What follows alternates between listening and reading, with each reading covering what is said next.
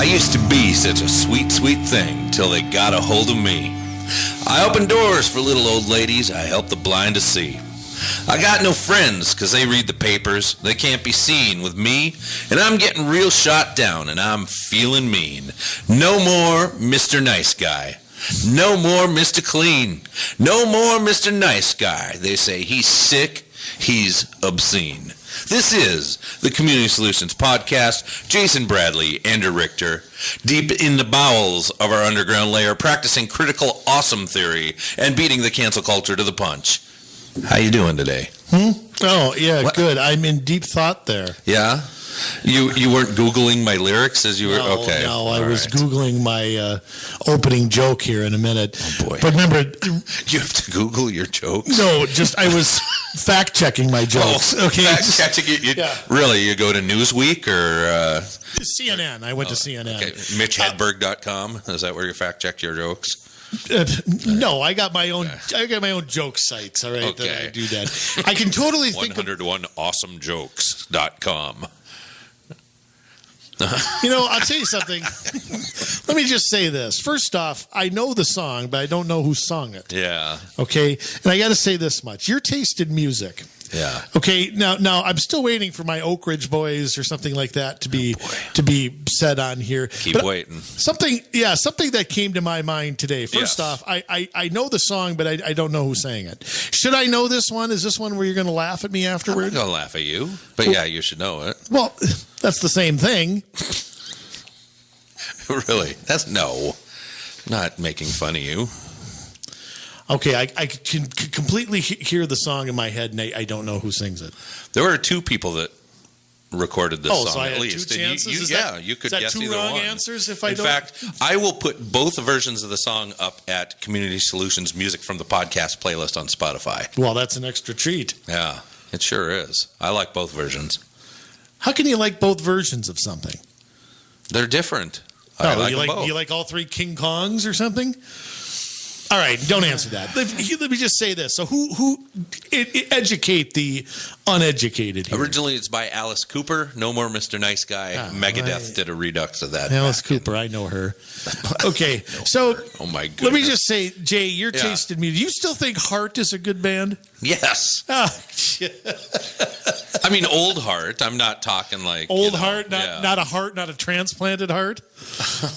I mean, Heart in the 70s and 80s, but then, Listening to Heart is like putting 91. It's like putting ketchup on steak. I can totally see you in your room, like as a teenager with your mullet, jamming to Barracuda. I did have a mullet. I really can. So did I. I mean, me and Billy Ray Cyrus were the only two that had one in 1992. So I mean, seriously. I mean, you think Heart's a good band? Yeah. All right. Well, Yeah, I do. Good vocals, good guitar playing. It's good. All right. Hey, you people go to where do we go? Spotify. And that's the thing too. I've been to your house, and you still got all those posters up in your house from when you were a teenager. I do, huh? Yeah, Milli Vanilli and Marky Funk and the Funky Marks or whatever they're called, and that other guy that ripped off Queen. You got a big poster of him. So I mean, there's. So I don't know about your taste in music sometimes. You got me nailed. Don't lie to the public, Jay. I mean, we're honest about our personal lives here, as much as we can be anyway. By the way, Jay. Yes. One of your girlfriends is back in the news. Oh boy.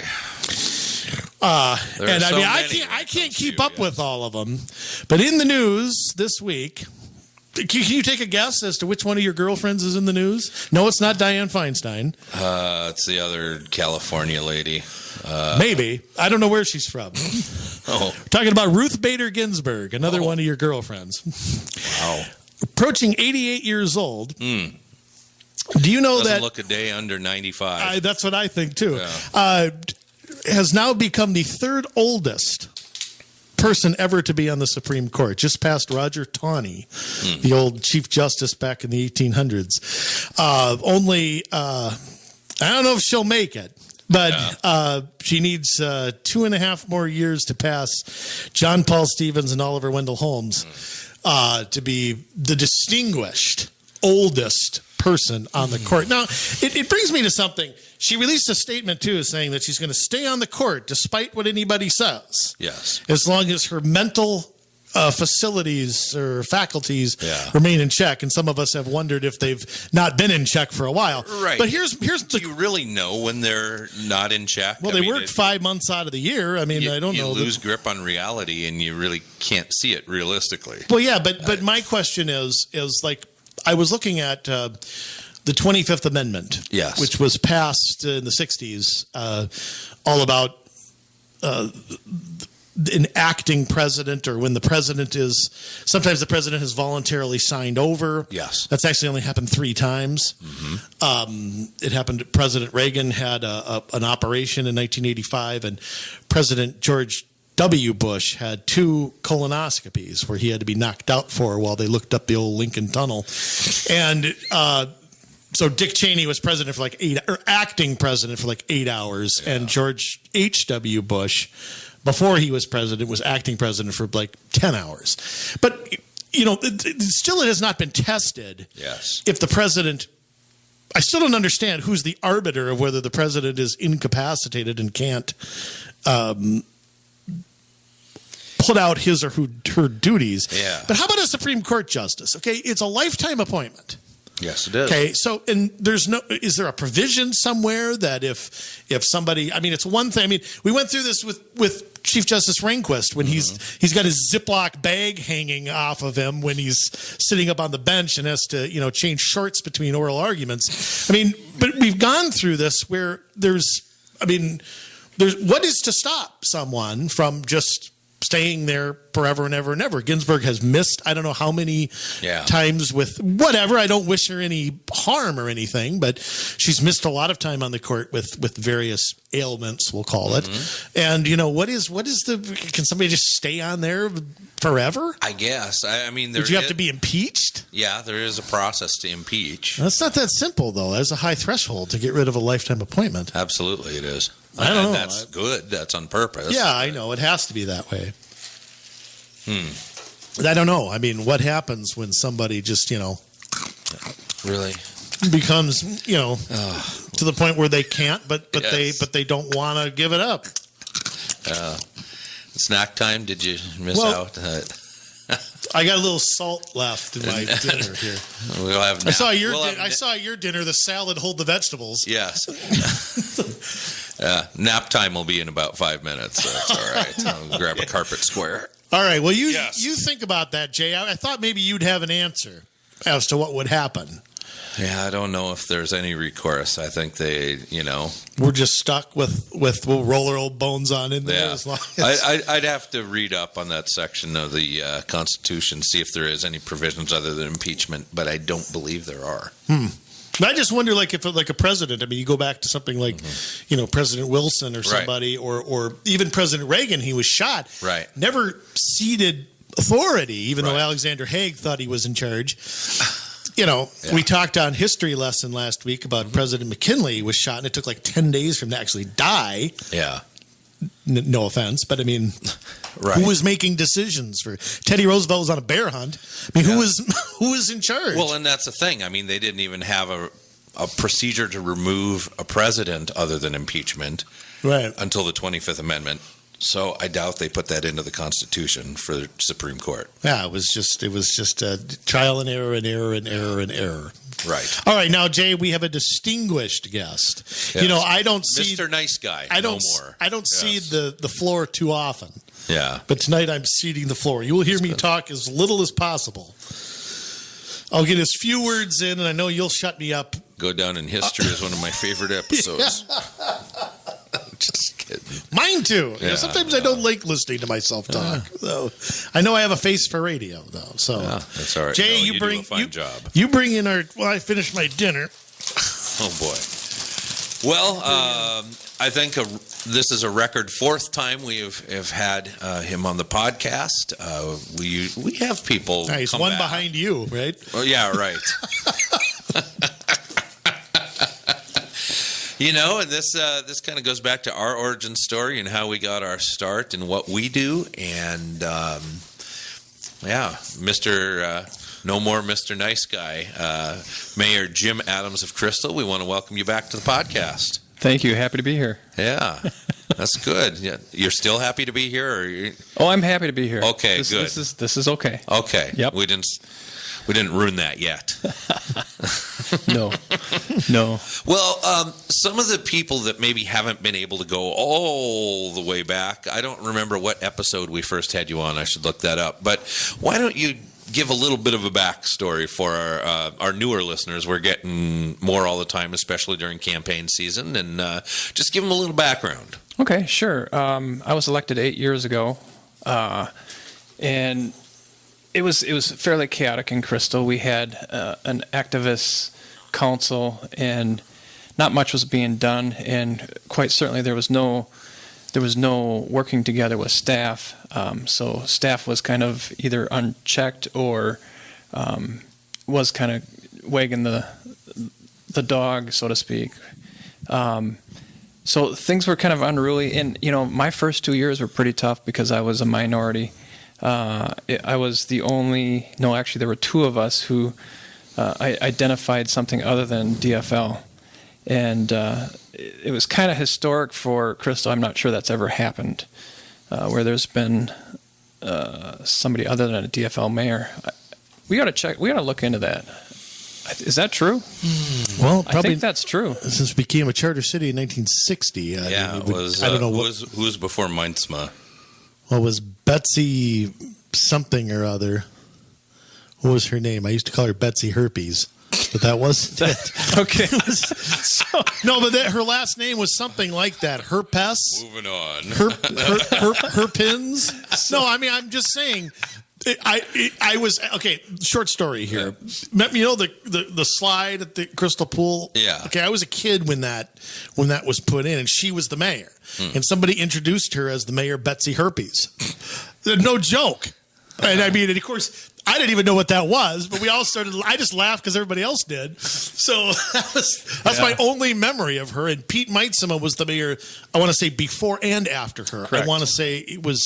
Yeah, there was a gap. Yeah, there was something like that. The Grover Cleveland of Crystal. I guess so. But he probably served like 5 terms, but they were not all consecutive. So I don't go before his first, which is in the 80s, and I don't know before him. So yeah. So I mean, a lot of change had to happen. The big thing that happened, I guess, after 2 years is we replaced 3 more council members. Mm-hmm. That was kind of a historic election for Crystal.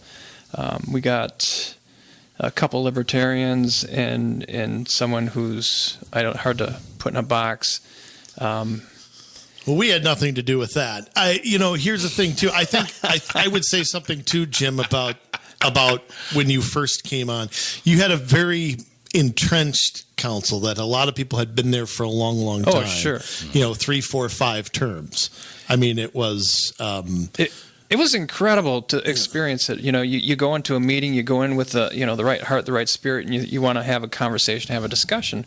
Well, people weren't interested in having a conversation or a discussion or solving problems. It became personal right away, and we've always talked about media spin, in our history and politics and what that looks like. Boy, I learned spin in the middle of the meeting. We'd have a conversation in the beginning of the meeting, and we could get a little bit further down the line in the conversation, and the spin's already occurring. Mm-hmm. And it was the strangest dynamic that happened between the entrenched, as you say, and staff. How staff would subtly feed into it, and it was so unhealthy at that time. But things have changed dramatically, like I said. Yeah, I mean, you've had a complete culture shift there at the city, right? Yeah. We actually work with our staff now. Mm-hmm. It's odd, but we're getting a lot done. It's my background is financial. My background is always talking about how can we let every dollar, serve the public. It comes from the public. It should serve the public at its greatest capacity. Well, my idea of doing that is no debt. And that's something I was talking about from day one. And, when we had that second group come in, we actually had enough to actually have the vote to not use debt for everything. And at that time, we had a public works facility that was in the process of being constructed. And, one of our current council members, right before, I want to know how much it's going to cost to finance the whole public works building. And that became one of the most controversial things. We could literally pay cash for it. But the council, before the election, was willing to spend just about $6 million on interest for the length of the project for a $13 million project. Yeah. And they were going to do that when we had already discovered, hey, if we do this, this, and this, we can pay cash for that. And that, that takes the dollar we take from our citizens and puts it to its highest use. Yeah. Wow. A lot of people don't understand this about bonding is that, you're borrowing, and all of that interest that they don't talk about, that's extra that you are paying out of your pocket for something. Yeah. You're taking a $10 million building and you're paying 16 for it. Right. Well, Jay, you and I on the program have talked a million times about people who don't understand how a loan works, don't understand how a bond works, couldn't even tell you what it is. Right. There is that, and it's hard to articulate. It's call it a credit card. Yeah. Well, but again, when it's not laying there on your, you get your tax statements and there's no section on there that says debt. Right. It's hard to. I mean, I hear what you're saying, and I remember. I think I had 4 strokes that year that we discussed all that, and I think Jim has come up with a very good way to explain it because I've always said you can't use. You got to use percentages, pie charts. Yeah. You got to use things like that. When you say $1 million here or there, that goes in and out of people's ears. I mean, when the government borrows $2 trillion to itself, $1 million sounds like nothing. I mean, but to say we make a $13 million building, a $19 million building, then people get the idea of it. And so there's it just is. And, it's Jim, I want you to comment just before we get going too far on just sort of changing that conversation because when I used to, of course, I might be the only person who used to listen to all the work sessions and all that multiple times. I probably upped your guys' ratings 50%. But I mean, the arguments that you used to hear, why are we bonding for something? Well, that's just the way we do things around here. And free that's, money. That's just, why are we, interest rates are low or, whatever low is. I mean, it's still, that's how we did it last time. That's what staff recommends, but that's what New Hope's doing or whatever. I mean, I know that changing that attitude was probably the biggest hurdle that you had to overcome. Had to be one of them. And I mean, what other? Yeah. I mean, even council people who came in who were maybe more favorable to your point of view, did you still have to articulate?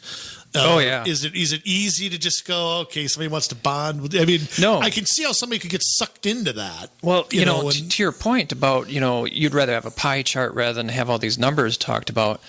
That was true in the council. Not everybody has a financial mind. And, like even on radio or on a podcast, you start talking numbers and you lose people immediately. Mm-hmm. But really, I can explain that project, that public works project, real simple financially. It might be on your gravestone. Well, right. I mean, if we took that council member's advice and bonded the whole thing, we've got $3, right? Mm-hmm. 2 go to the project, 1 goes to the bank. Let's get $3 more. $2 goes to the project, 1 goes to the bank. Let's get $3 more. 2 go to the project, 1 goes to the bank. That's easy to understand. Mm-hmm. And that's what was proposed, and that's what I was fighting. So to your point, you act as if, or you commented as if I've accomplished that, and the reason I'm running a third term is because it's correct me. It's still not accomplished. Yeah. I mean,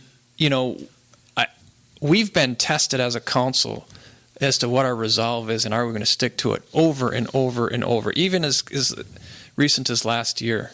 We had an interest-free loan we could have taken, and we didn't even take that one. And I think that sent a really large message to staff like, you know what?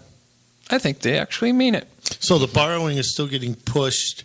Sure. You're still, do you worry about that, about all your work being undone and right. And that's why I'm going a third term is we got to try to institutionalize it. And what's happening over the last couple of years is that last example is getting staff to think differently, and they're realizing, okay, what's going on here? And we're starting to see, they're starting to see some benefits, because when you don't spend as much money on banks, all of a sudden you have more money to do something with. We call that discretionary income. Right. It's what you're not going to pay to the mortgage. It's what you're not going to pay to the car loan. It's what you're not going to pay to student loan. If you can eliminate a couple of those, all of a sudden you got a bunch of money that you can start doing what you want with. Right. And that's starting to happen, and staff is starting to see that. And they're asking for some things that normally they would have been, run up a flagpole for. It's like, well, no, we can't do it right now, but, if we plan for it and save for it next year, is that going to fit you? Oh, yeah, absolutely, that'll fit. If that's great, fantastic, thank you. So we're able to do some things to actually make services better or more efficient. We're doing a police station, another facility. Police station will probably be approved, I'm guessing, next month. It's going to the Planning Commission, and it may be approved next month. That's a big deal. It's a lot of money, too. And we're going to do it without loans. We're going to do it without bonding, without using the credit card. No, where's that going, Jim? That's going to go north. It's going to attach to the existing on the northwest corner. Okay. So there's going to be a bit of overlap there, but it's going to be justified closer to 42nd than the other buildings, than the library or than. So we needed that extra space. We've changed enough ordinances to allow for buildings like that to be more, to be closer to the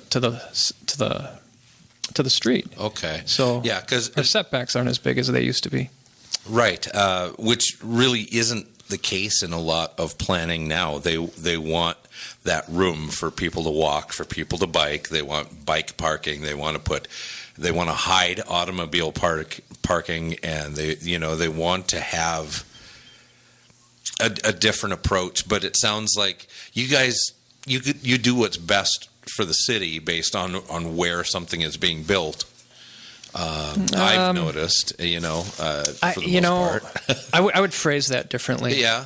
I think we do what's best for the citizens. Yes. If we did what was best for the city, we would have the community center and the city hall and everything all in one place, and all. It would be real convenient. I didn't mean like the city, capital C. I meant like everybody, Sure. within the borders of the city. Yep.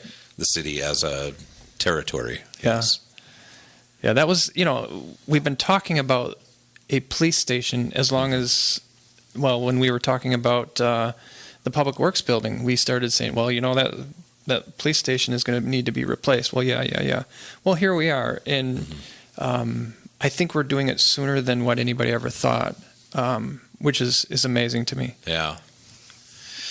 Well, I know we had talked, I don't remember when it was, in the past couple of years about it, and there were some real issues structurally with it, right?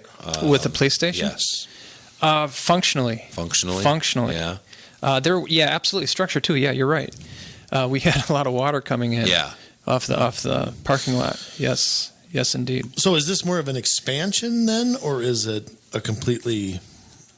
It is mostly a new building attached, and there's some overlap is going to be some of it's going to be remodeled, and it's that part where it. I remember when everything was sort of on the table. Is this an expansion? Is it a new building? Is it? Yeah, that was kind of a disaster. Yeah. I mean, talk about giving you one option in they gave us the design. Mm-hmm. I was very frustrated with the process in the beginning. The design company gave something that was inadequate. They gave us two options that were inadequate and one option that was adequate. And it was at a different location. It was attached to the community center. So it was, I don't know where that came from, but we kind of bit it in the butt and said, look. Hoped you tipped them. You better come up with 3 viable options, and this is the location we have, and it's doable here. So let's plan it that way. So Wow. a little bit of tears there, but Yeah. Well, with like building and development and real estate, I mean, you've been doing some things that. Oh, we've done a lot in real estate. I mean, when it comes to single family homes, the first thing we did was we got rid of point of sale inspections. Inspections are important if you're buying a house. When you buy a house, you hire your own inspector. Yeah. But the city comes in and wants to do their own inspection. Well, there's a couple problems with that. Number one, they don't do a very good job of the inspection. In fact, they're fairly incompetent. So what service are we actually giving the people who are moving into our city? None. Right. And then there's the other end of it that makes people kind of angry. Well, you didn't catch this. You didn't catch that. Well, no, that's because we're incompetent. Right? Yeah. Is there any liability on the city for that, Jim? Bingo. Yeah. Oh, there's none. Oh, I didn't even know. None. That was the next point. Bank does something or somebody. It doesn't matter what we do. So it sets up a system that's there for just the city to see the house, and for whatever reasons they want. Maybe it's code compliance. I could see that justification, but don't call it an inspection. Call it it's not the same thing as a private inspection. And I've known some people who have counted on the city inspection as the inspection for them to buy the house, and it's just not. It's not adequate. It's not what it's for. Yeah, I think when I had bought in the city some 20 years ago or whatever, 21, 22. 41, 63. I mean, I bought a house, and then there were things that still needed to be done to it, things they didn't catch, things it was told, oh, yeah, you got a well, too. Oh, no, I didn't have a well. It was capped. Right. Yeah. So, real estate's quite, it's a big part of who we are. I mean, we all live in houses, and we're primarily residential housing. But, even the other stuff we've changed the codes pretty dramatic. We've tried to make it more feasible to make changes on your property, whether it be your house or if it's a commercial property, allow you to use it for what you want to use it and change it how you want to. So we've loosened up a lot. I mean, our commercial area is becoming more valuable, and that's an important thing on redevelopment. As we change our mode from a retail country to more things being online, that stuff's going to need to be repurchased. It's going to need to be redeveloped. And into what? Well, we don't know. We don't know what the market's going to demand. But we had it so restricted before that it could only be a retail space primarily. And as a former member of the Planning Commission, I totally agree with that. Yeah. I remember when that process started, though, and it started around the time you became mayor, because it was there were empty spaces in certain places, and people were scratching their heads as to why it wasn't being filled. And when you have restrictions on what can be there, what hours they can be open, anything you can think of, when everything required a variance or a sign size. Yeah, I mean, some limitations are one thing, but I can totally concur that I remembered the change in the thinking happening right around that time, where it was like, okay, when you have all these restrictions, you by definition limit what can go there. Right. So, we've done some kind of unusual things. Met Council thinks that we should redevelop and have all kinds of high-density housing in our community to meet their quota or whatever numbers they think we should be. Well, we're fully developed. And quite frankly, there's a lot of people who like the way the neighborhoods are. Yeah. So we kind of got creative in terms of how can we increase units to accommodate Met Council's goals. Well, first off, we took them on and said that number is not realistic in our community, and they brought it down.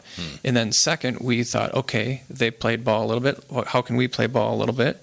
And, we brought some things into our community like accessory dwelling units, which is another dwelling unit on a property, whether it be a single-family house or a duplex. You're allowed to make another dwelling unit.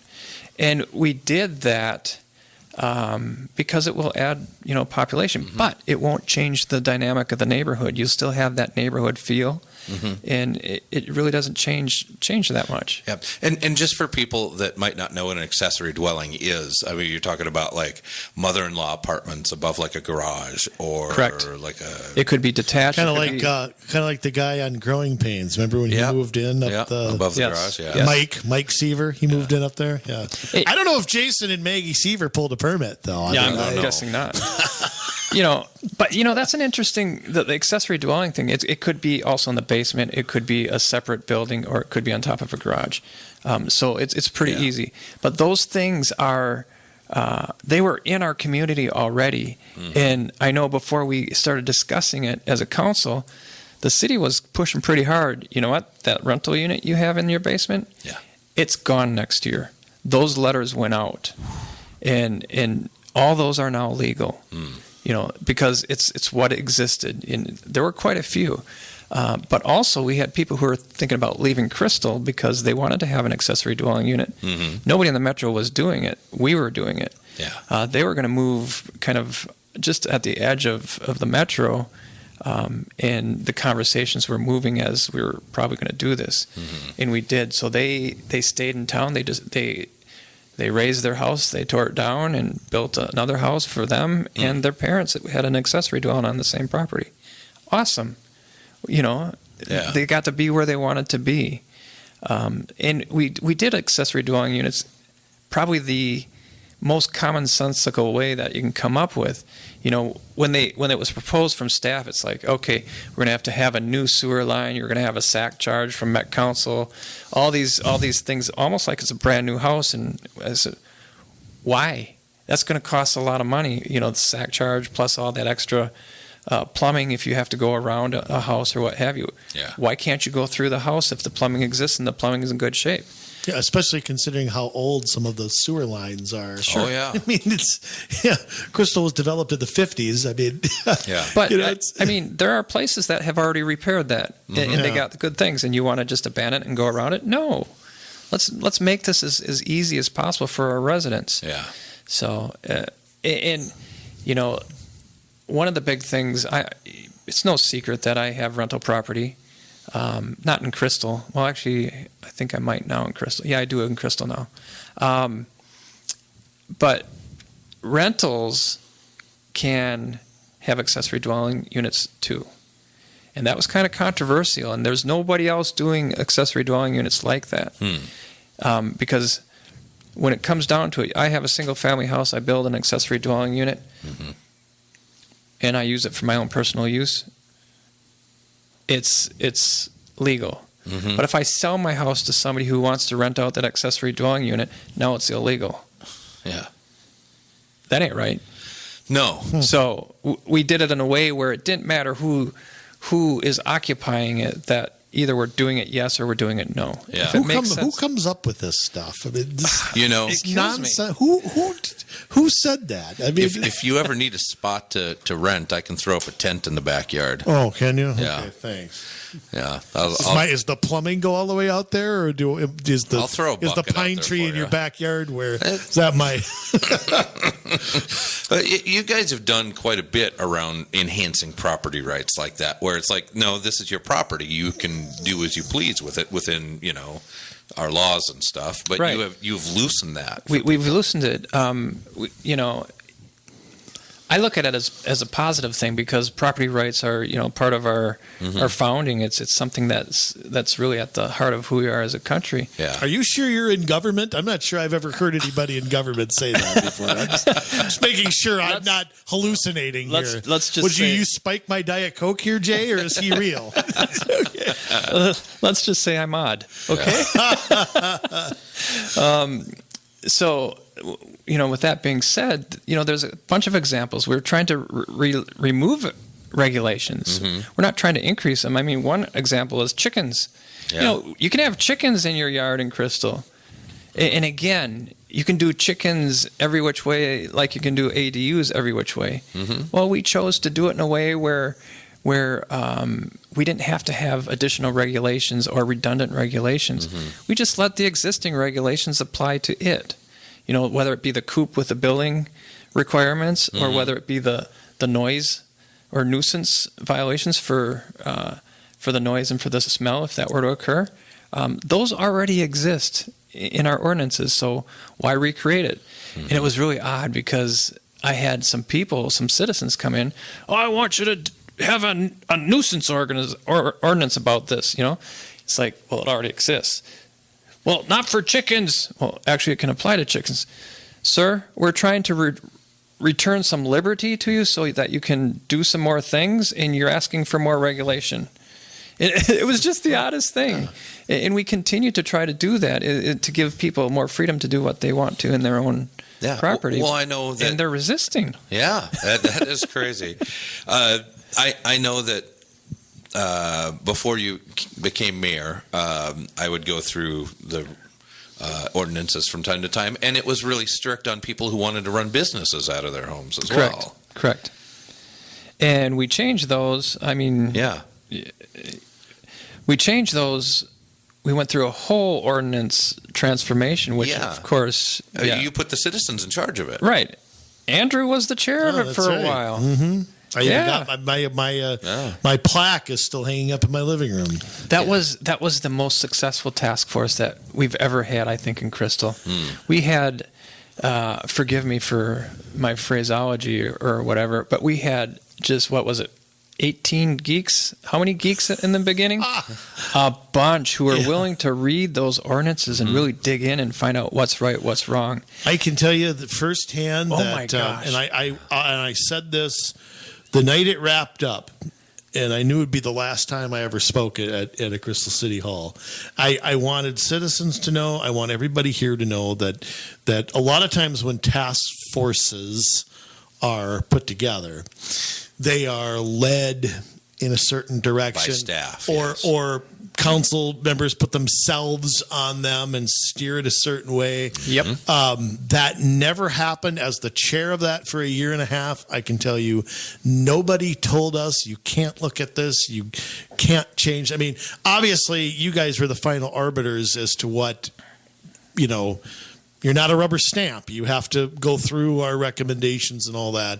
But I don't know that I've ever seen a totally citizen-led task force of any kind. It was amazing. Yeah, it was. And there were some things, I've had enough experience with Crystal in the past with other properties I've owned.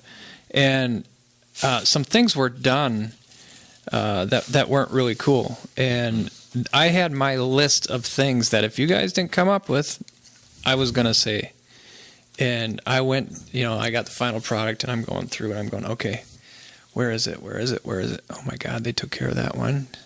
Okay, how about the other one? Oh, my gosh, I can't believe they took care of that one.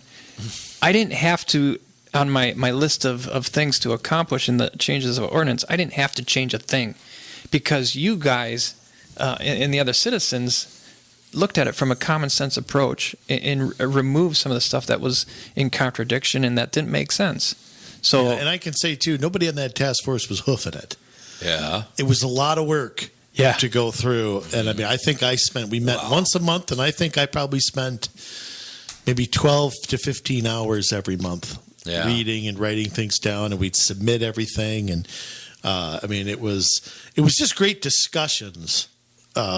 And it's something I wish you'd see more of. I wish you'd see more cities taking that on rather than waiting for a problem to happen and then, maybe we'll fix the code and we'll have the first reading in 2028 and the second. I mean,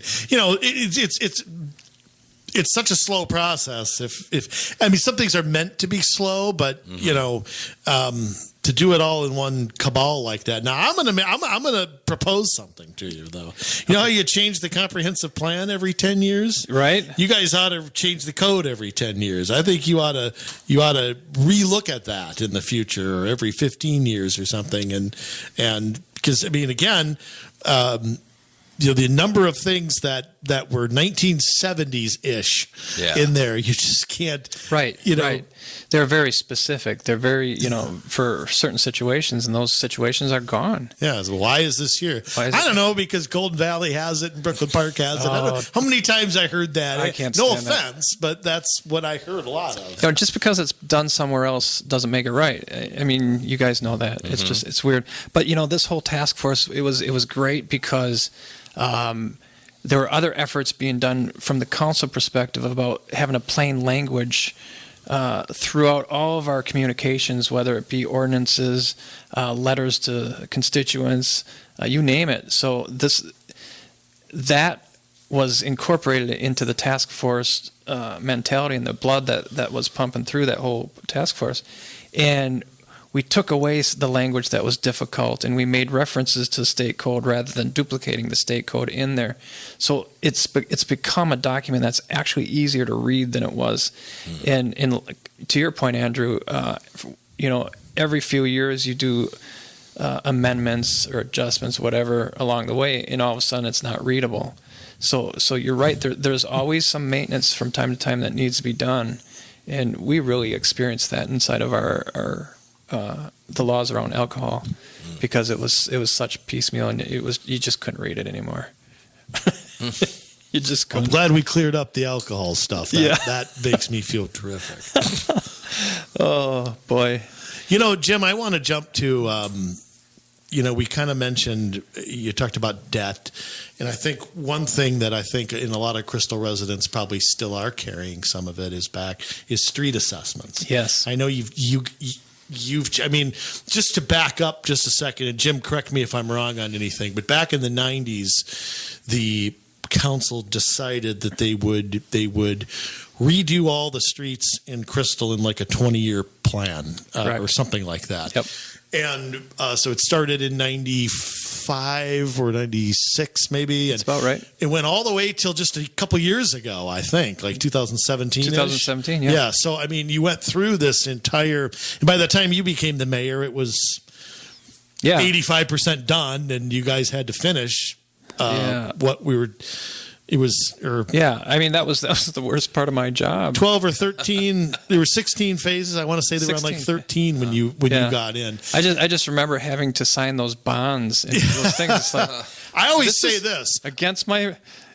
Everything. I always say this: if you want to fill a city council chamber, give somebody a $5,000-$10,000 assessment. Yeah. That will fill it up. I mean, you can. I've never seen them full, except when an assessment happens. That's the only time I ever see everybody there barking. Now, you guys are done with it. I know people are still paying on them, but looking ahead, I mean, those roads. And you're doing overlay projects and things. I know you're into that now. Where do we stand as far as paying for those going forward? Where are we in that process right now? Because road construction is always something. It's a legitimate city function. Tearing up a road is different than patching it, of course. But where are we now in that process? So I'd like to back up I'd like to kind of start from the beginning. There's a lot of things we can answer here. There's a lot of questions beyond that question that really apply here. You're right. In 95, we started doing assessments, and that was a decision that came with a lot of opposition. And every year when we did an assessment, the opposition was there because it was wrong. It wasn't right. But the city needed to see the improvements, and they had to do something. So that's what made it less wrong in my mind. And the reason it was wrong or less wrong is, I don't know. Let me try to rephrase this. They didn't plan for the roads. They didn't save the money for the roads. So they had no choice. Government didn't save ahead of time. They didn't do that. So they didn't get free money from somebody? They were waiting on it turned into a perpetual 20-year conundrum. And then when we got to the end of it, it's like no more. The last assessments were $9,000, $11,000. It's a lot of money. Yeah. And assessments, people know when they have an assessment that they don't like assessments. Well, it's because you only have about a year notice to pay that assessment. But guess what? If you can't afford it, don't worry about it. You're the ones who can least afford it. you can put it on your taxes. Yep. And because you can least afford it, don't worry, we'll underwrite it with a credit card. Ka-ching. But don't worry, we'll charge you for that interest. Mm-hmm. And as long as we're doing it, we have to do administration, so we'll up that interest rate to cover our administrative costs. Yeah, in other words, the people who could least afford it are paying the most for it.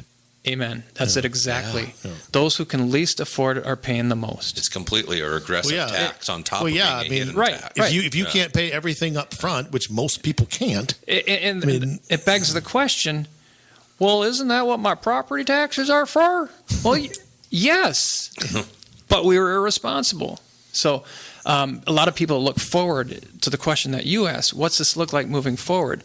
Well, moving forward, we're going to have to deal with some infrastructure underneath our roads, the water mains, all that stuff that's below what we just got done doing. Mm-hmm. Well, how do you do that? Well, you tear apart our brand new roads. Well, they're not brand new because some of them now are 95. How many years is that?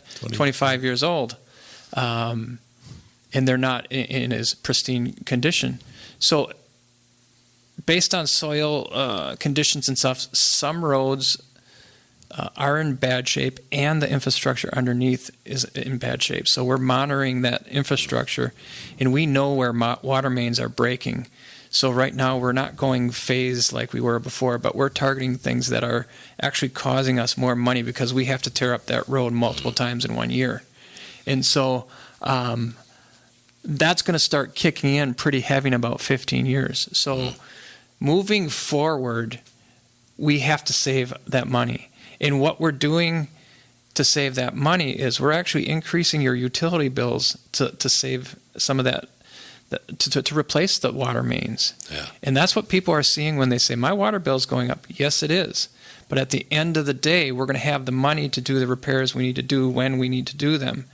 And ultimately, it's going to cost less because we're not going to do assessments. We're not going to charge interest. We're going to have the money. But keep in mind, when we cut assessments, if we compare it to today's dollars, that was a 25-year project, right? Or 25 odd years.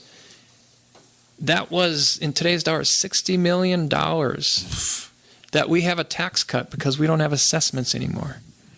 Well, you're going to see increases in some utilities. You're going to see some increases in the levy because we can't afford to give that much of a tax cut and still plan for the future. Right. So, Jim, is that message getting to people? I mean, do people call and say, "Hey, why is my bill up 5% or whatever"? I mean, what? I mean, that's one of the probably more common questions this year. I'm running for re-election for my third term as mayor, and I get that question because I'm trying to think of people. They're still paying an assessment that they were assessed 10 years ago. Yep. They might be. I mean, they may not be, but Probably they might not. be. And then they're seeing an increase. And do you think people? I guess my question to you is: do you think people see the long range savings? Do you think people identify with where you're? It depends on going? who's presenting. Yeah. Because you can spin it both ways. You can talk about fairness. Well, it's not fair because I'm doing exactly that. I'm paying my assessment, and now I'm paying a little bit more for future projects. Hey, I'm paying twice. Well, actually, no, you're not. Everybody had their assessments. Everybody paid them. It depends if you want to spin it one way or another. The bottom line, it's always going to be less expensive if you're paying cash. And it's always going to be less expensive because you've planned properly. Mm-hmm. Well, and that's the thing. I mean, we have always talked about here on this program, and I know we had these discussions with you early on, that the hidden taxes need to go. And there are taxes that people pay, and they don't realize that they're paying them, or they don't consider them taxes, but it's money that's going to government, and they can't see that they're paying this extra, and they think, oh, I'm paying $200 this year, and that's what my property tax statement says. But there's all this other stuff where, well, you're really paying stuff that you don't see. And, people look at their property tax statements and they don't look any further. Right. When you get an assessment slapped on you, when you have franchise fees, when a TIF district is enacted, and all of a sudden you have a business that is not paying any higher taxes than when they buy that property for sometimes 20 or 30 years, and it's, a multi-million-dollar property. How many years did we pay pool bonds for? 20 years, I want to say. Yeah. They were voted in. I remember that. But yeah. So, to answer your question, we don't have hidden taxes. Right. Since I've been on, we haven't had TIF. I know there's a lot of pushing for TIF for redevelopment up in the north part of Crystal. I don't know if I will win that battle, but we'll see. Franchise fees. We were just talking about utilities. Mm-hmm. That's another aspect to look at. Why is our utility bill higher than New Hope or higher than Crystal? Well, it's really not. It's really not. But if you really want to compare apples to apples, add in their franchise fees. We don't have them. Nor are we going to have them, at least not under my watch. Yeah. And franchise fees are paid by churches. They're paid by schools. They tax your tithes. Tax your taxes. Yes, right. Schools are paying franchise fees. Right. So I don't know. We're just doing things as transparent as possible, and again, there's different themes you can start to see. Plain language, fixing the ordinances, making it understandable, citizen perspective. These it's in everything we do. Yeah. And so is that. Well, you mentioned that north side of Crystal, and that you're not employing these hidden taxes and that you're reducing regulation. There were some things that you were talking about before, looking at like across from Becker Park. And that's kind of a critical area right now. Right. We there's a lot of moving parts on that, and where it ends up and how it's ultimately it's probably going to ever change. But there's some special things that may or may not be happening there. Becker Park has been redesigned. It's designed to be a city square. Yeah. So that kind of makes the area around it ripe for redevelopment. There's a strip mall there, and there's the back of a mall there. Someday that might end up starting to face that square. I'm just blown away. I'm blown away how Becker Park is being used right now. Mm-hmm. I don't know if you've been by it, but it's always full. It's always full. Mm-hmm. It's 90, 95 degrees, and the place is full. It's like, you guys know the trees aren't growing over there? Holy hot, But it's being used, and it doesn't matter. They're using the pavilions, they're using the picnic tables. Of course, the inclusive playground is a hit. Mm-hmm. We should mention too, you guys had gone through a parks redevelopment plan during your time as mayor too. Some other parks have gotten, Welcome Park has gotten a facelift. Yep.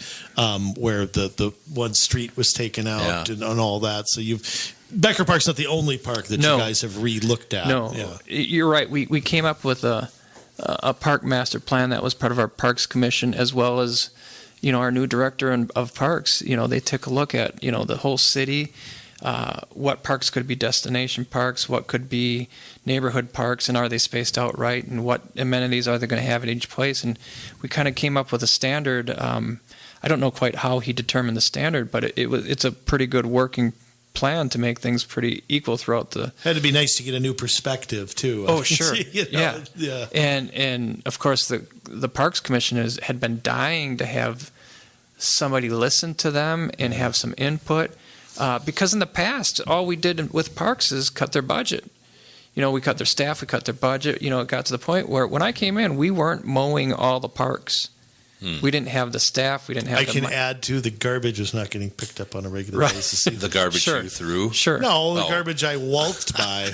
So we have been investing in our parks, but not just with the plan, but with the finances too. We've made sure that we've dedicated more towards the parks. And it's making a difference. All cash. And I would say too, parks are. How many people like to have a neighborhood park, like to have a park they can walk to, like to have a park where, it is in an amenity that a lot of people do look at when they buy a home. How close am I to the nearest ball field? It's one of the things they do consider. I mean, along with schools and other things. So I mean, it's I love the park. The park master plan, it encompasses absolutely everything that we're trying to accomplish in Crystal. You've got the citizen involvement through the commission. You've got the financial plan of all cash. My gosh,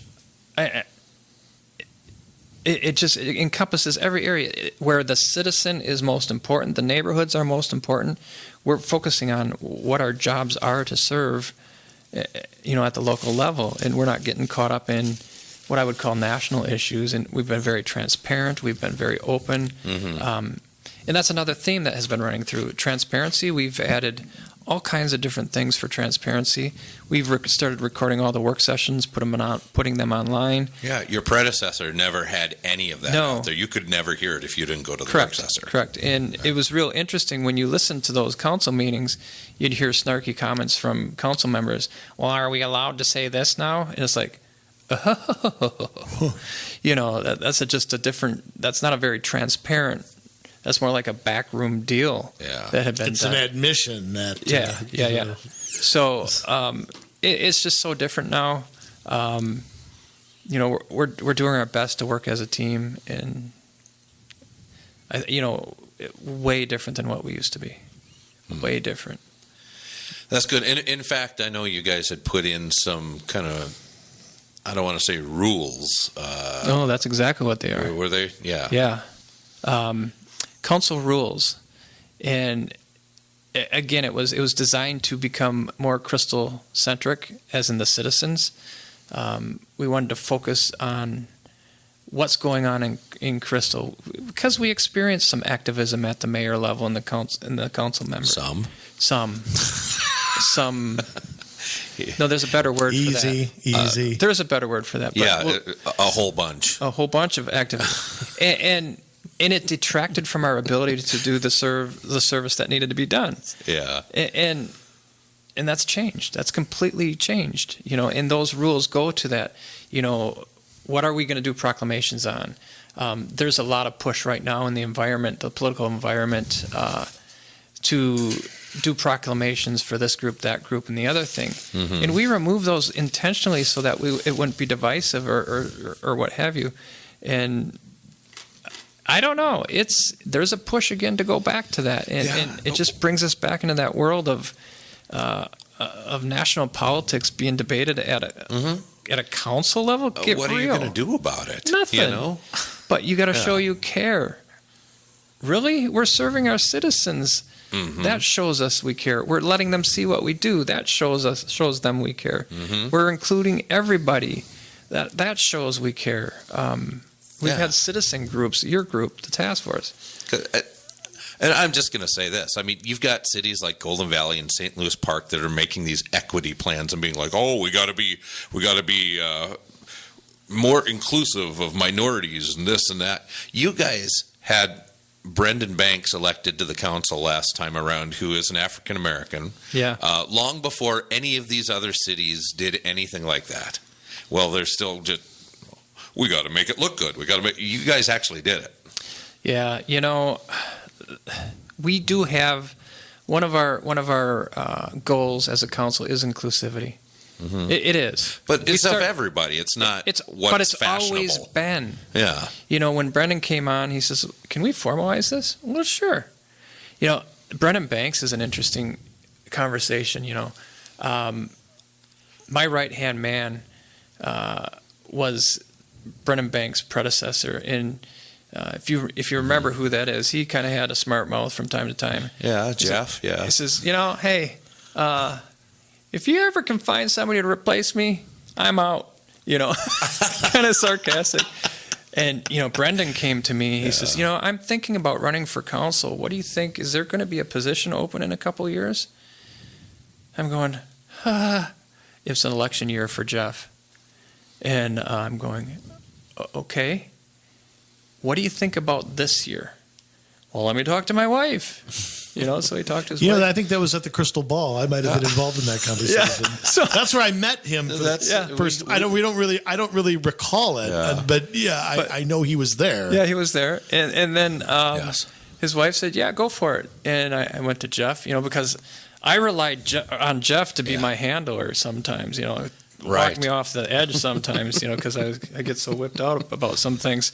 Well, okay, let's be honest. My version of being whipped up, which nobody can hardly notice. Right. But Right.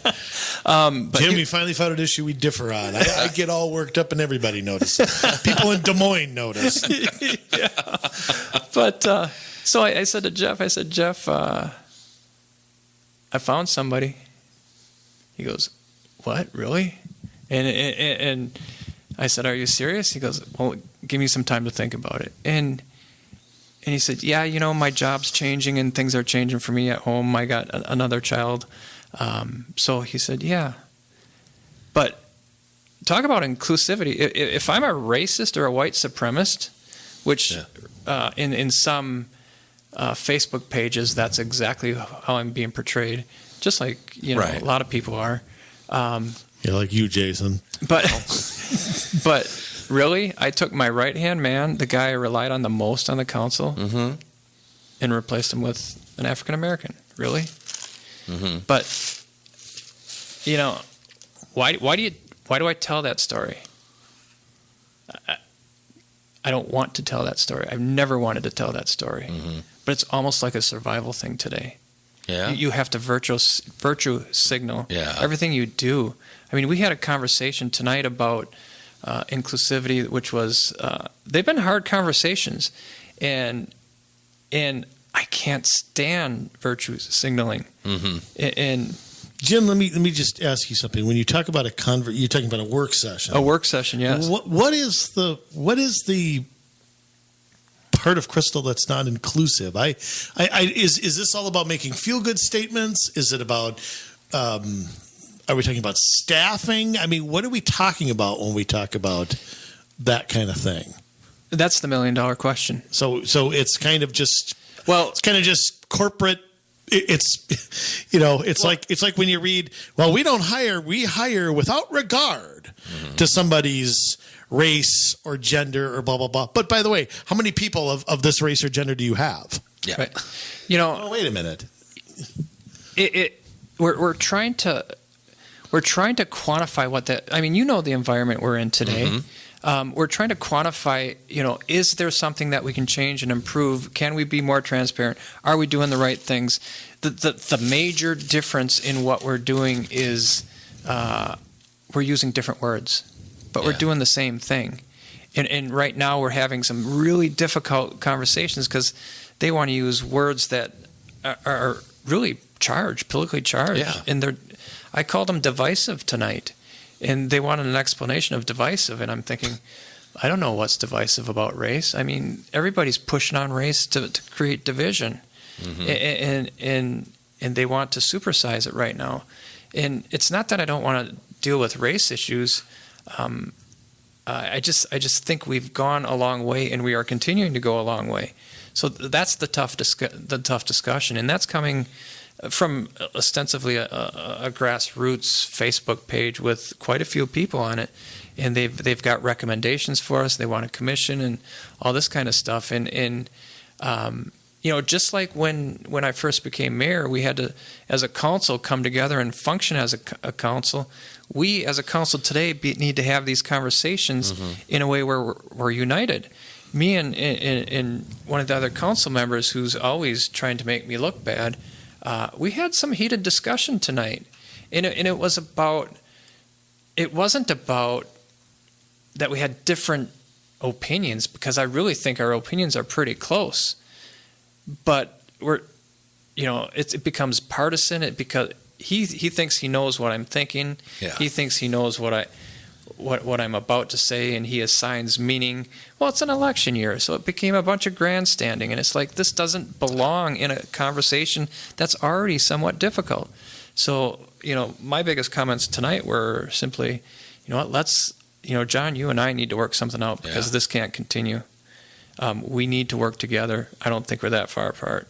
And so you have a push coming from some citizens and then a push coming from Johnny B. one council member or two or three, or is the hostility is only one directional. But there's I don't think there's anybody on the council that's opposed to having these conversations. But to your point, the people who are associated with parties are the people pushing. Well, I say, where is it going? I mean, what, if you, Well, we don't know. If you present substantive things, then you can debate those. But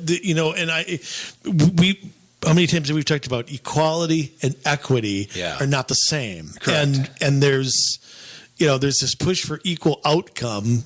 And, that can't happen. It never happens. Well, and for me, what I tried to articulate, I don't always articulate things real well. I'm trying to articulate, there are hidden agendas. Yes. In especially with how charged things are now.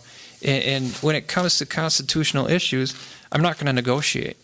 Mm-hmm. I'm not. And right now we have a trust issue because we have an organization, grassroots, that starts with name calling, starts with labeling, and then somebody on the council doing the same. Right. So let's learn to talk on the council, just like we had to learn to talk as a council 6 years ago, and then become functional as a council, and then we can bring this group in.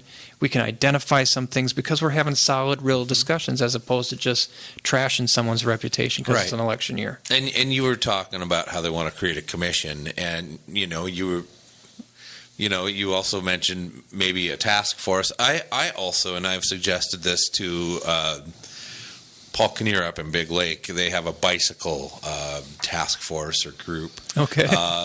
Somehow, because that's the way that they're pushing. I heard it's not wheel good, but that's just Oh my goodness. Yeah, somebody's steering it in the wrong direction. Is that on 101jokes.com? I don't know. Okay. Those just came to him. Yeah, they get free spandex or something. But why not start a public just a group? Why not just form a group? You can have a group. I mean, and it's then a Facebook then group. come and address the council with your issues, and they can take it back to their work sessions and talk about it, and then tell you what they think. And why do you have to be a part of the government? Everybody wants to see the government encroach on everything and build and get bigger. Why not just be a group and come talk to government? That's your First Amendment right. Well, wow. That's wow. Good thinking. Good thinking. We set things up so that people could do just that. Yeah. And don't you know, the group that we're talking about did just that. Mm-hmm. We started with a work session where they gave us a proposal of what they would like to see happen, which is fine. That's exactly right. In what you talked about, why can't they just stay a group or be a group? I commented on that tonight. Why couldn't they be a task force? Why couldn't they be a group? But if you step into that government role, then all of a sudden the council has a finger over you and is going to dictate what you're going to do. Yeah. Why do they want that? Well, and a group or a task force can have a changing mission, a changing faces, changing... Which comes from the council. Yeah. Have a private group. Yeah. Why would they want to be directed by us if they think that something needs to be changed with us? Because that's what will happen. Staff will bring them issues, and they will, have to discuss those issues. Right. They'll have packets. Well, but I mean, we talked about, and I know we've talked about like the Human Rights Commission before, and how that basically ended itself with no clear direction, no clear, 30 people serving on it in 2 years. Well, it's even worse than that. It ended up being exactly what I was telling you didn't want to see happen. I want the Constitution to be protected. Mm-hmm. Well, we talked about genocide at one of the last presenters. We had. Hey, somebody wrote an article about that. Who was it? Yeah. Next thing you know, we're throwing out the Bill of Rights. Wait a minute. No, we're not going to have these discussions and trash the Constitution or the Bill of Rights. Right. It's not acceptable. Well, that's an aimless commission, and right. It was an aimless commission at the time. Well, and we have to be so careful because like you said, it's a supercharged issue right now, but there are a lot of them that, and you don't have to say this, Mr. Nice Guy. I will say this for you, that Marxism is coming in the cover of equity, and groups like Black Lives Matter, the organization, like Antifa, like those type of groups are bringing in Marxist philosophies, Marxist principles, and they are trying to normalize them and break up the nuclear family, to get rid of capitalism, to take really America out at the knees. Whatever it is that America is, they don't want it. And they want to create what they want. And hey, no politically charged statements on this show. Well, I mean, so I'm just kidding. okay. But I guess what I'm saying is that we have to be careful what we allow, because sometimes in the name of what's good, you invite in a whole other host of issues just because it's been dressed up to sound nice. Well, Jay, I mean, when I served on that transit task force, You served on a task force? I said transit. Oh. No, not a trans. Different. Oh, boy. Here Not we go. Crocodile Dundee here. But I mean, there was, one of the Yes. the themes that was constant out of there was transit is social justice. Yes. Sure. I mean, it all shifted from it's an option. It's whatever argument you always fell back on things like that. You see those common words and phrases that have been co-opted into every single issue, regardless of what it is. So to your point, those are real discussions. Yes. Do you think it's safe to have those discussions at the council level? Nope. Absolutely not. Can we get closer to having honest conversations about what these different organizations are? I really hope so. Yeah. And I would really like to give it a shot. We've had to have these conversations in our church and in other parts of our lives. And yes, they're tough conversations. But, when you have somebody who's willing to listen rather than take you out at the knees, it can be accomplished. Right. Learning can happen on both sides. And that's the way it usually goes. You've got to have honest brokers, though, Right. because if you don't, and you have people that just like, I'm going to burn the whole thing down until I get what I want, Right. You don't ever get anywhere. Right. So that's why I'm saying focused on what's positive about America, what's positive about the Constitution. If you're going to threaten that at any level, we're done. Yeah. That's it. Right. And that's why I was very strong about that genocide conversation. You can talk about genocide and care about genocide and do everything to promote awareness about genocide without trashing a structure that's keeping people out of genocide and helping others who are within it. Come on. Yeah. Well, and that's the truth. And I think I said on a recent episode, and I haven't received too much hot water over it yet, but all these people who are worried about, we need to pay reparations for slavery, but they could care less about there's more slaves now than there ever have been, and they never mention it. Right. I don't know. Anyways. Are you a slave? No. Oh, okay. I'm a free man, and I will die a free man. You can maybe have, sooner than I anticipate. You can have an but I will die a occasional. free You man. can have a Marxist out there here and there. Yeah. Going back to burning things down and the Constitution and all of that, a big thought on people's minds this year, and we see it even at the national level, and we sure have seen it at the local level, talking about Minneapolis and St. Paul and how they've worked or not worked with the governor, is the issue of police and public safety, law and order, what have you, safety. People are flooding out of Minneapolis, and we know that. Yes. So there's been talk about the crime has been increasing in Brooklyn Park, Brooklyn Center. That knocks awful close at the door of Crystal. Where are we sitting, and what are we looking to do as the landscape continues to shift? I think well through this trial, the election, the trial of these 4 police officers, so on and so forth. I've been thinking about that, and the answer is we're going to do the same thing we've always done. One of our primary purposes in government is to protect, and that means our police department protects. When things got heated up, there was more verbalization as to how we were going to protect. Yeah. And as things came into our city, whether it came from outside our city or people being opportunistic within our city, it was handled quickly, swiftly, and with a fair amount of force, especially when the riots were going on. That's still the practice. We don't want to have anything start here, and if we allow something to get started, then we're in trouble. Mm-hmm. And that's the philosophy of our chief. That's my philosophy as well. The deputy chief has the same philosophy. So we're working in one accord, and we're funding our police. We're increasing funding where needed. We're taking a dysfunctional police station, and we're going to build one that's functional. It's not really a new concept. Just because people are moving out of Minneapolis doesn't mean we weren't having crime pressures from other cities before. Right. Because that was real. It's been real for years, and again, the policy just hasn't changed that much. So.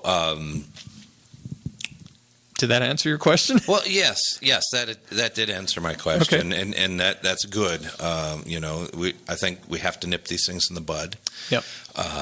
Once they get out of control, they're out of control, and you don't want to have a city that's in the headlines for that reason. Yeah, that's kind of the number 2 question that I've been hearing when I knock on people's doors. Of course, the first one was why is my water bill up, and the other one is. Mm-hmm. You want to defund the police? No, sir. Don't you got to change the charter to do that anyway? Yeah. Well, sure, but I mean, people think it's that simple. I know. There's multiple ways of defunding. You can defund increases. You can defund equipment wants. Yeah. But we've been very supportive of our police, and we continue to be. That's good.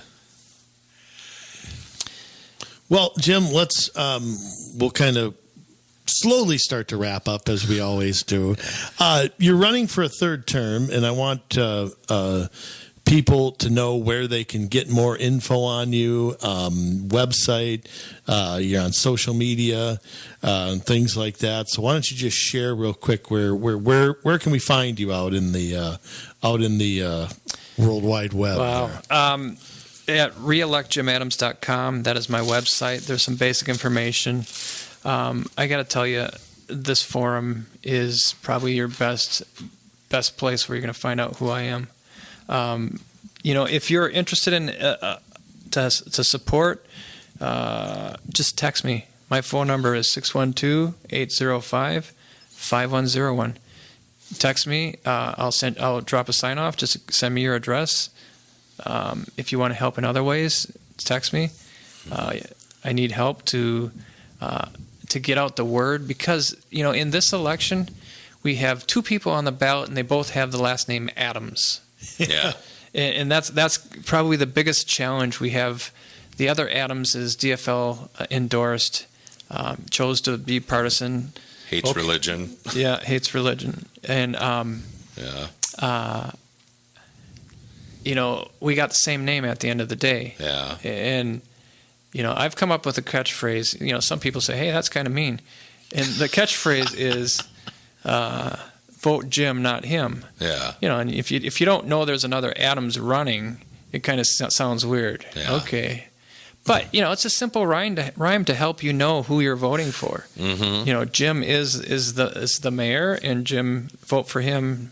I don't have to even mention his name because I don't want people to know his name. Right. Jim, let me ask you this. What's campaigning been like with all the shutdown and all the everything kind of throwing off the calendar a little bit? I mean, has it been a weird experience being out there, or is it just kind of campaigning's campaigning, and once you've done it, it's just... Campaigning is campaigning. It's a little bit different with early voting. And no big gatherings, no frolics to go to. Right, no events. Yeah. Mm-hmm. You take precautions for people when you come to their door. You step back, you wear some type of barrier, and you have conversations. Yeah. So you just improvise and just improvise. Politics as usual just goes on and on and on. Yeah, I won't tell you my secrets on air though. No, that's all right. That's fair enough. I wouldn't do it either. That's all right, Oh boy. So, vote Jim, not him. Very nice. And that early balloting is revving up in a couple of weeks. Yeah. Unfortunately. Well, that's just way too early as far as that's a lot of controversy too. If you really want to step around the controversy, please come in and cast your vote so you know it counts. Mm-hmm. Yeah, That's going to solve a lot of problems. It's just amazing how some people are for voting in every which way except showing up on election day and voting. Pardon me, when I was younger, I remember because I did have to same day register one year because I didn't understand everything, but I'm not a proponent of that anymore. Mm-hmm. But, to me, the citizens who really, are involved and really want to vote will take the initiative to do so. And I'm just a believer in that dragging people out of their homes to go vote or mailing them a ballot when they didn't ask for it is, that's beyond a disaster waiting to happen. Yeah. So. Oh, well, it's been good to have you on again. And I think that we had a little more time to even get into some of these things than we have in the past. And isn't it nice not to have to give a 30-second answer to something? Right. Actually, 45 seconds. Yeah, or 200 words in the local paper. I mean, it's just, I feel for these, Jay, you and I have been saying it seems like an eternity that the further down the ballot you go, often the less people know, and that's one of the reasons that this forum was created in the first place, because when you get more time on a podcast than you get in any other venue put together, you can understand why people are like that, that they just don't pay attention. Right. So. The podcasts are great. I mean, we've even started our own here in Crystal. I've started my own podcast. Oh, yeah, by the way, where's my invitation? I'm supposed to be on that. I don't know. I've mostly had city guests, but if you're not going to come back to a meeting. I'm a former city. Yeah, see, you're not coming back to any meetings. I got good stories. Yeah, all you have to do is search, where you get your podcast for City of Crystal, and it should come up. We've got 3, and one is the financial picture. Another one is housing picture, and the other one is on utilities.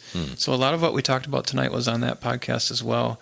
We go into a little bit more detail because we keep it focused on one topic, and you can kind of see what some of the financing effects are and why those are moving how they moved. So, yeah. Wow, that's great. That's good. Highly recommended. I don't think other cities are doing that. It's another way Crystal's kind of out front and, communicating and being transparent with their residents. By the time New Hope gets around to doing it, it'll be like another century. Podcast will be like a cassette tape. No, it'll be like the Flintstones, and Crystal will be the Jetsons. That's what it'll be. Yeah. They'll be listening to it in their Walkman. Thanks. Aren't we terrible? God, Jay, you're horrible. I can't find it on the dial. Some people still have a dial radio, okay? Yeah. So, my radio, you look on the back of it, it says Dewey Beats Truman. I've had it a while, okay? So, yeah. Oh, nice. Jim, thank you for coming in. Thank you. Always a pleasure. Jay, very quickly. Yes. I'm going to introduce you very quickly to give us our sign-off sermon. Yeah. Now, you're going to do a quick one tonight. All right. So you styling, made me do a quick one last time. Yeah, but it wasn't very quick though. I fell asleep 3 times. We're going to be styling and profiling, limousine riding, jet flying, wheeling, dealing, son of a gun, sign off sermon. Go. Come on, that was a good introduction. Yeah, that's me right there. You want me to come in? Yeah. All right. Yeah, we filled your brains with a lot of stuff tonight. A lot of things to consider. And, city government, people overlook it. They overlook it all the time, and they vote for the top of the ticket because it's sexy. You vote for president, you vote for governor, you might vote for state senators, and the further down you get, the less you know about it. And so sometimes people don't even fill those bubbles in. Well, guess what? It is because people don't care. It is because people don't do their research, figure out who they're voting for, that you end up with city councils like in Minneapolis, where you got a bunch of crazy people that are making laws that are insane. They're letting them burn the city down.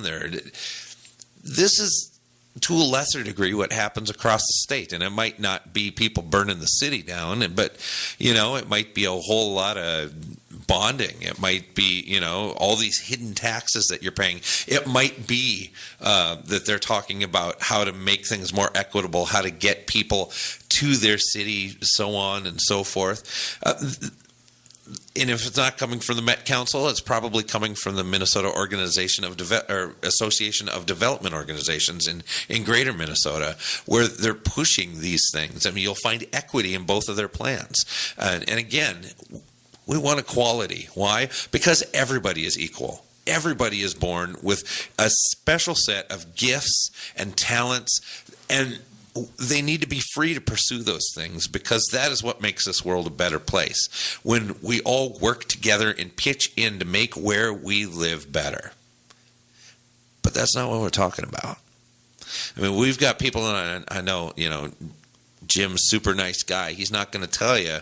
He'll mention, he's got an opponent with the same last name, but he's not going to tell you that the guy is a raging atheist that hates religion. He's not going to tell you that this guy is in league with Renee Bowman, the former mayor of Crystal, that called the African-American member of the Crystal City Council a Republican with 3 Ks in the middle.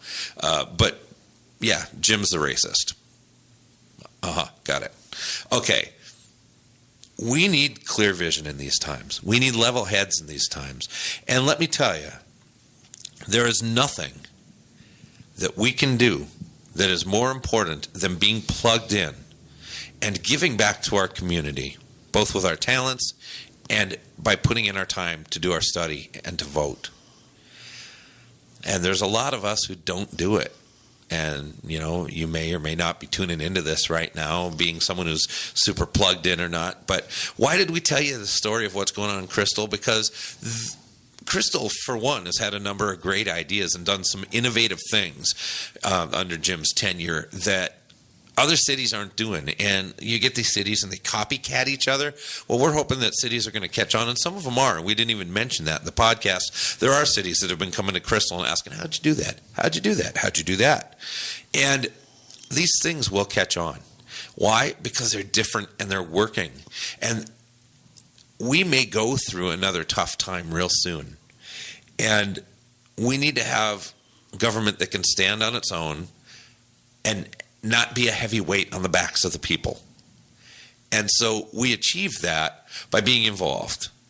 And I can think of no better way than watching what has happened in Crystal. And so that gives you an idea. And if you don't see those kinds of things happening in your community, if your city council isn't being transparent, if they're not coming and showing you what's going on behind the scenes, if they're in closed off work sessions, if they're letting staff dictate what they talk about, if they're not showing you what you really pay in taxes and they're doing all sorts of TIF and everything else, you know what? It might be time for a change. Now, the doors may be closed on getting your name in the ring for this session, but you know what? You can get on a commission. You can form a group like we talked about and go petition government. Sometimes that's all it takes. We're in this land and we have a great opportunity, and we can't lose it. We cannot let go of it, and we're so close. It takes some sacrifice. And it's hard to give up comfort, but guess what? We're in that place where we have to give up comfort to do what's right and preserve our liberty, because we're so close. There are people that have made their life's mission to tear down America. So what you going to do about it? Well, first thing you do is share this podcast with everybody. Help them to learn these ideas, these new ways of thinking. And then what we do is we move forward and do things differently. But it's not going to be done just by saying that somebody else will do it. You've got to do it. So get a hold of us, COMMsolutionsMN@gmail.com. That's COMMsolutionsMN@gmail.com, and we would love to help you out in any way that we can, share our knowledge with you. If you're running for something and we don't know you yet, we'd love to help you strategize on how to win that election. Because it is just a few tweaks here, a few tweaks there, and we can really get the ball rolling. So we want to thank you guys so much for listening to our podcast every week. We love you, and we're so thankful. We will be back in a week, and we're going to have a lot more guests coming up, and we're going to talk a lot more about some of the subjects that we said that we would. So put this in your thinker, and we'll be back soon. We love you, Minnesota. Now it's your turn to get to work.